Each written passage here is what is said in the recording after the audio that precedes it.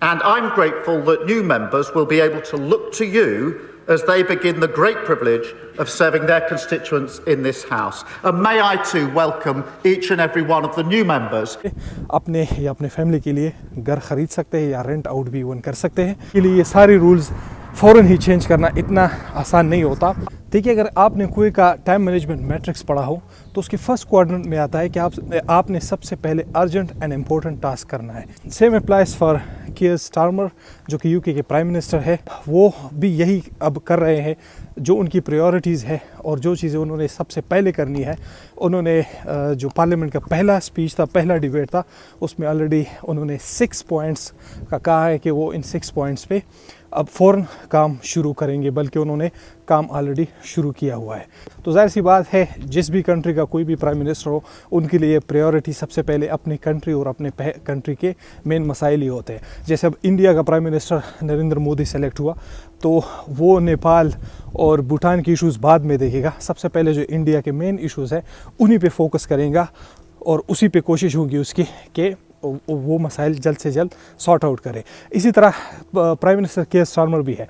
अब वो लोग जो ये तासुर पे ला रहे हैं, जो वीडियोस बना के थंबनेल लगा कि व्यूज़ के लिए ये कर रहे हैं कि ओहो ये पॉलिसी तो आसान हो गया, अब सब यूके आएंगे, ये चीज़ें अभी फ़िलहाल नहीं होगी, इसमें टाइम लगेगा। जो फर्स्ट मंथ में 6 चीज़ें यूके के प्राइम मिनिस्टर कर रहे हैं, इंक्लूडिंग इमिग्रेशन के हवाले से, उस पे बात करते हैं इस वीडियो में विदाउट एनी डिले। चलिए इन 6 पॉइंट्स पे बात। सबसे पहले बात करते हैं इमिग्रेशन रिफॉर्म्स की।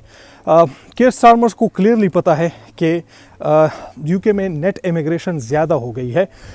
अब मसला क्या है? मसला ये है कि यूके में लोग तो आ रहे हैं, लेकिन लो स्किल वाले लोग आ रहे हैं, और जो लोग यूके छोड़ रहे हैं वो बहुत ही हाई स्किल के हैं, क्योंकि उनका यहाँ पे गुजारा नहीं हो रहा। तो जैसे बड़े बड़े डॉक्टर्स हो गए, इंजीनियर्स हो गए, साइंटिस्ट वगैरह, वो अमेरिका, कनाडा और ऑस्ट्रेलिया जैसी कंट्रीज़ में मूव हो रहे हैं। या जो बिजनेसमैन हैं वो अमेरिका जा रहे हैं या ज़्यादातर दुबई जा रहे हैं, क्योंकि वहाँ पे टैक्स कम है और वहाँ पे उनको जो प्रॉफिट है, प्रॉफिट मार्जिन बहुत ही ज़्यादा है। अब यूके को चाहिए लोग, अभी भी 1.2 मिलियन लेबर की कमी है, लेकिन वो स्किलफुल होनी चाहिए। इसके लिए ये क्या प्लान आगे इंट्रोड्यूस करेगी ये कहना कबल वक्त होगा, लेकिन जो सबसे इम्पोर्टेंट इशू है वो है रवांडा स्कीम का। इन्होंने रवांडा स्कीम को ख़त्म किया है, यानी वो असाइलम सीकर्स जो कि इलीगली यूके आ रहे थे, अब उनको रवांडा नहीं भेजा जाएगा, इधर ही इनके केसेस सॉर्ट आउट होंगे। इसकी जगह इन्होंने कहा है कि ये बॉर्डर सिक्योरिटी और बॉर्डर कंट्रोल को मजबूत बनाएगा, ताकि जो इलीगल इमिग्रेशन है या जो बोट्स के ज़रिए, किश्ती के ज़रिए अभी भी डेली हज़ारों लोग आ रहे हैं, इनको कम से कम किया। सेकंड इशू NHS का है। यहाँ पे NHS पे बहुत ज़्यादा बर्डन है। अक्सर लोग जो है वो उनके सीरियस इशू है, उनके ऑपरेशन होना बाकी है, और वो 2 साल से वेट कर रहे हैं कि उनके ऑपरेशन की बारी आए। अपॉइंटमेंट्स लोगों को नहीं मिल रहे, और मुझे भी पिछले दिनों एक अपॉइंटमेंट की एक डॉक्टर की अपॉइंटमेंट की पोस्ट आई थी, और मुझे अपॉइंटमेंट जनवरी 2025 की दी गई है, यानी नेक्स्ट ईयर मेरी अपॉइंटमेंट होगी। तो अब ये इन्होंने कीयर स्टारमर ने ऑलरेडी बात की है ब्रिटिश मेडिकल एसोसिएशन BMA के साथ, और वो चाहते हैं कि जो 40,000 प्लस अपॉइंटमेंट्स हैं वो पर वीक ज़्यादा हो जाए, और जो नए डॉक्टर्स, नर्सेज, फिजियोथेरेपिस्ट और केयर वर्कर्स हैं उनको रिक्रूट किया जाए। तो होपफुली इसके बारे में भी आने वाले कुछ महीनों में पॉजिटिव न्यूज़ ही आएगी।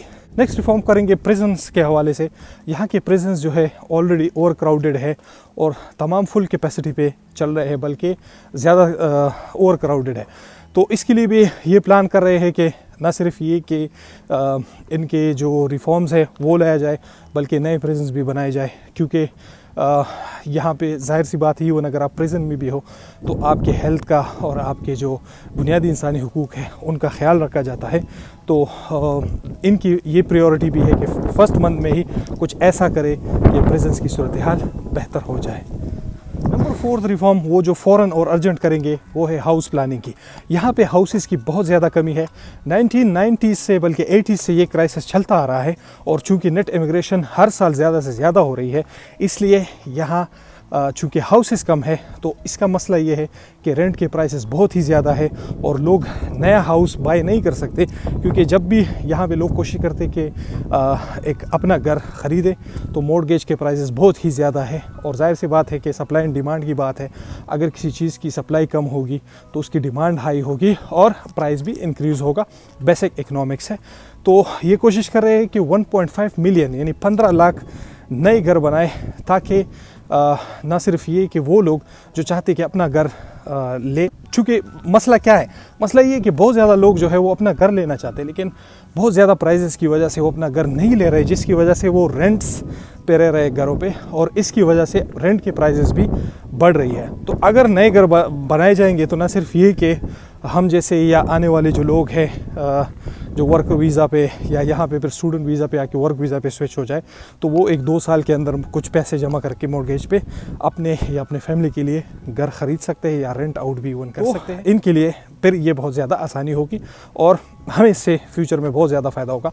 आने वाली जो स्टूडेंट्स होंगे, डिपेंडेंट्स होंगे या वर्कर्स होंगे, उनके लिए भी ये फ़ायदा होगा कि जो रेंट के प्राइसेस जो ऑलरेडी बहुत ज़्यादा बढ़ गए हैं वो किसी हद तक कम हो जाएगी या स्टेबल हो जाएगी। नंबर 5 जो इनकी प्रायोरिटी है वो ये है कि they want to improve their relation with devolved nations. Devolved nations कौन से हैं? UK 4 कंट्री से बना है। मेन इनका सरबरा तो इंग्लैंड है, लेकिन इसमें वेल्स, नॉर्दर्न आयरलैंड और स्कॉटलैंड भी आती है।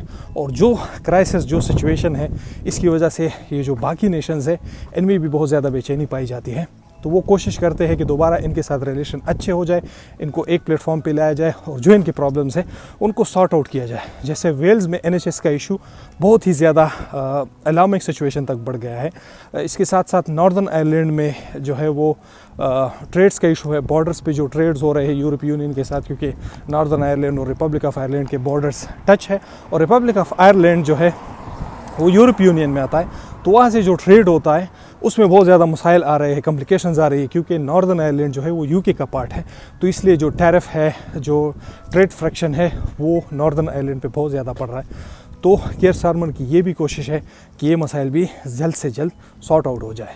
नंबर 6 एंड लास्ट जो इनकी प्रायोरिटी है फर्स्ट मंथ में, वो है rebuilding their relationship with EU Europe union.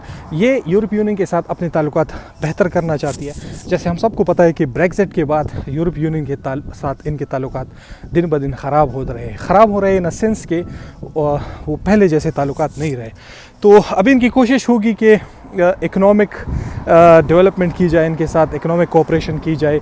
जो ट्रेड है इसमें बहुत ज़्यादा टैरिफ है, बहुत ज़्यादा फ्रैक्शन है, टैक्सेस बहुत ज़्यादा है, उसको कम किया जाए। हमारे लिए भी इसमें बहुत ज़्यादा फ़ायदा होगा, क्योंकि जो इलेक्ट्रिसिटी है बाहर से आती है, इलेक्ट्रिसिटी के रेट बढ़ चुके हैं। इवन जो बेसिक चीज़ें हैं जैसे कि फ्रूट्स एंड वेजिटेबल्स हो गई, वो भी यूरोप यूनियन से आते हैं, स्पेन और इटली वगैरह से। तो जो इवन जो फ्रूट्स एंड वेजिटेबल्स के प्राइसेस हैं वो भी कंपैरेटिवली जो बाकी यूरोप यूनियन कंट्रीज़ है उनकी निस्बत काफ़ी ज़्यादा है। तो हमारे जो डेली एक्सपेंडिचर है इस पर बहुत ज़्यादा इफ़ेक्ट पड़ेगा, बहुत ज़्यादा सारी चीज़ें सस्ती हो जाएगी। तो ये जो 6 पॉइंट्स है इस पे ये अर्जेंटली और इम्पोर्टेंटली कीयर स्टारमर काम करेंगे।